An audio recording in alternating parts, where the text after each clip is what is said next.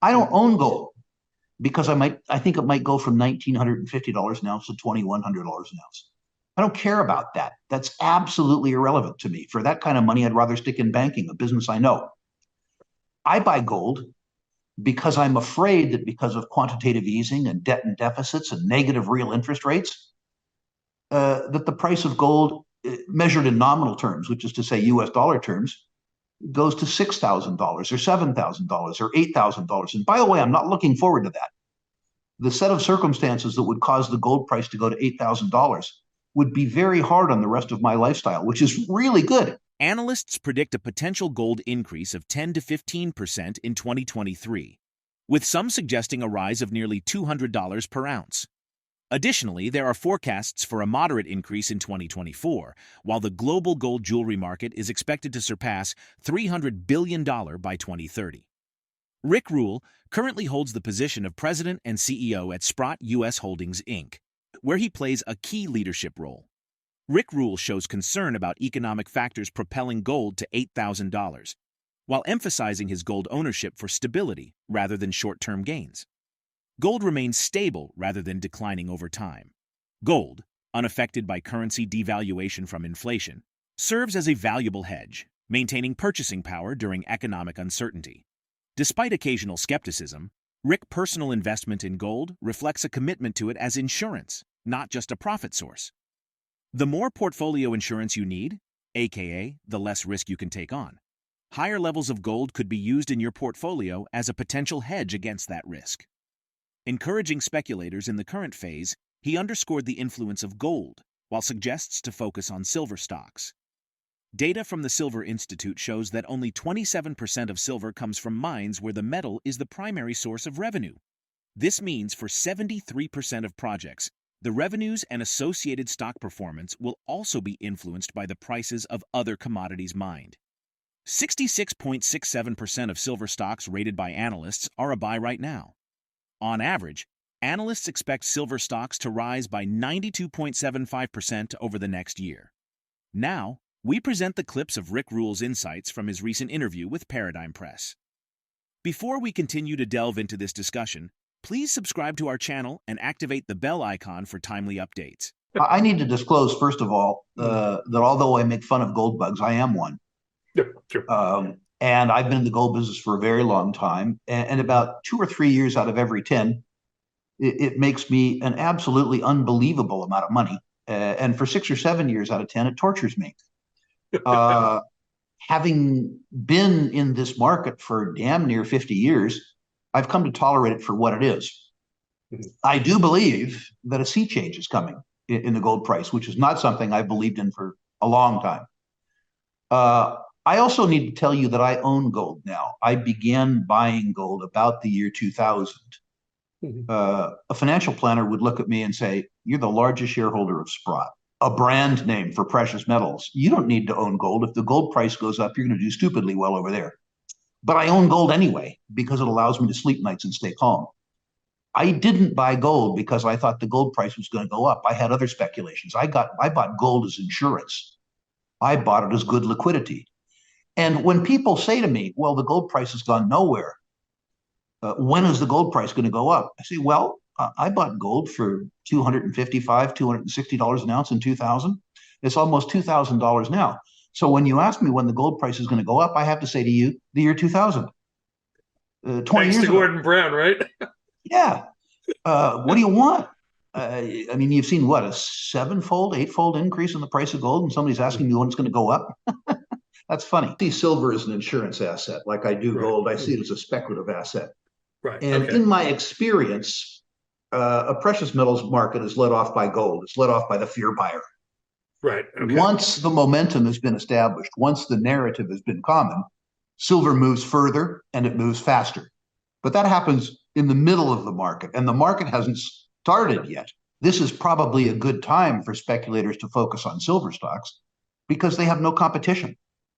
Warren Buffett famously said, buy straw hats in winter. Well, in terms of the silver equity, man, you are in the winter. People who were discouraged by the collapse of the mini boom in 2020, 2021, the Reddit boom in silver, regard silver perhaps because they're poor spellers, as a four-letter word. There is nothing I like as a speculator so much as an asset class that has disappointed the faithful.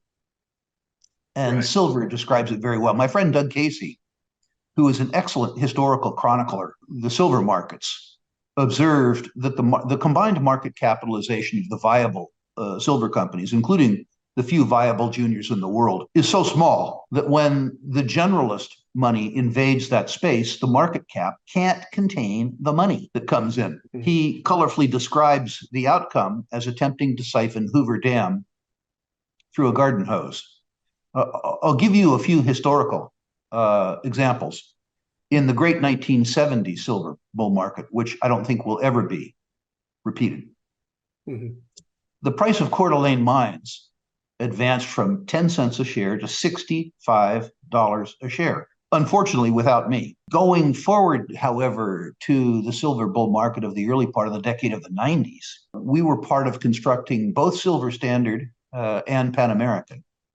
Those stocks rose from 74 cents and 50 cents respectively to in excess of $40 within the 6 or 7 year time frame. That is what happens with a well-constructed but out of favor silver stock when they return to favor.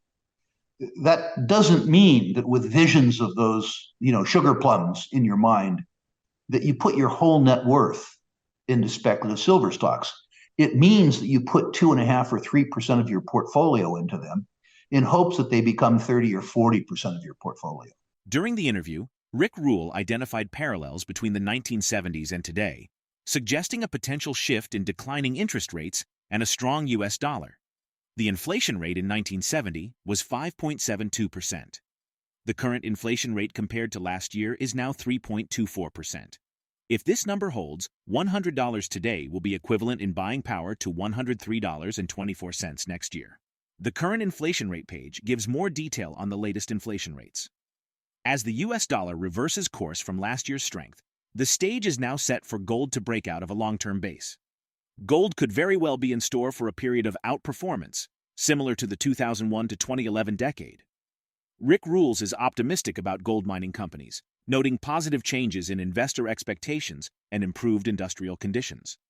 Mining stocks stand to benefit from higher gold prices.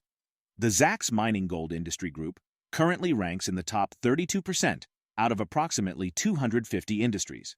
Because it is ranked in the top half of all Zacks-ranked industries, we expect this group to outperform the market over the next 3 to 6 months. Let's get back to the interview. Gold had risen from $35 an ounce to $200 an ounce. Raising the interest rate took the gold price down by half, but it also took the stock market down and it decimated the bond market. Congress lost their nerve, continued to spend like drunken sailors, while at the same time lowering the interest rate. When that happened, inflation went from the 7% range, as measured then, which is different than now, to the 12 or 13% range. What that meant was that savings accounts were paying substantially less than the rate of the deterioration, the purchasing power of the dollar. And the gold price went parabolic, while the equity markets and the debt markets collapsed. In that sense, it seems to me that the decade that we're coming into resembles somewhat the decade of the 1970s. We have now come off 40 fairly benign years in the 1982 to 2022 period. I'm not trying to say there weren't some challenges, 2008, stuff like that. Mm-hmm. But we've come through a period of 40 years of declining interest rate, strong U.S. dollar, and the strong U.S. dollar moderated at least the impact of inflation. But I don't think that the confidence has subsided, which means that I think that there's going to be a 2 or 3 year hiatus period between the reality that a hardworking credit analyst might see as an example and the reality perceived by an investor, speculator, saver, or taxpayer who has been lulled into security by 40 benign economic years. Sean, don't confuse me with the doom and gloom guy. I think the world 15 years from now is going to be much better, almost unimaginably better than it is today. But I think we have to get from here to there. My gold stocks are different. They're businesses. And the way they have been run for 50 years, they're pretty lousy businesses. They were run on the lessons that the industry learned in the 1970s. In other words, they are built to capitalize on the leverage of the gold price rather than to be efficient. It's interesting to note, Sean, and this is horrific. In the period 2000 to 2010, a wonderful run of the gold price where it went from $250 to $1,800 or something like that. The free cash flow per share of the Philadelphia Gold and Silver Index, the XAU, free cash flow per share fell. The price of the commodity went up sevenfold, and the financial performance of the industry deteriorated over 7 years because the industry was structured around the leverage of higher gold prices rather than around corporate efficiency. The industry is now tarred with that brush. The investment community assumes that these guys are at best morons or at worst thieves. But the reality has changed. The investors who own gold shares are demanding corporate performance. Specifically, the managers that delivered that sterling performance have been allowed to pursue other employment opportunities, selling cars or whatever it is that they want to do.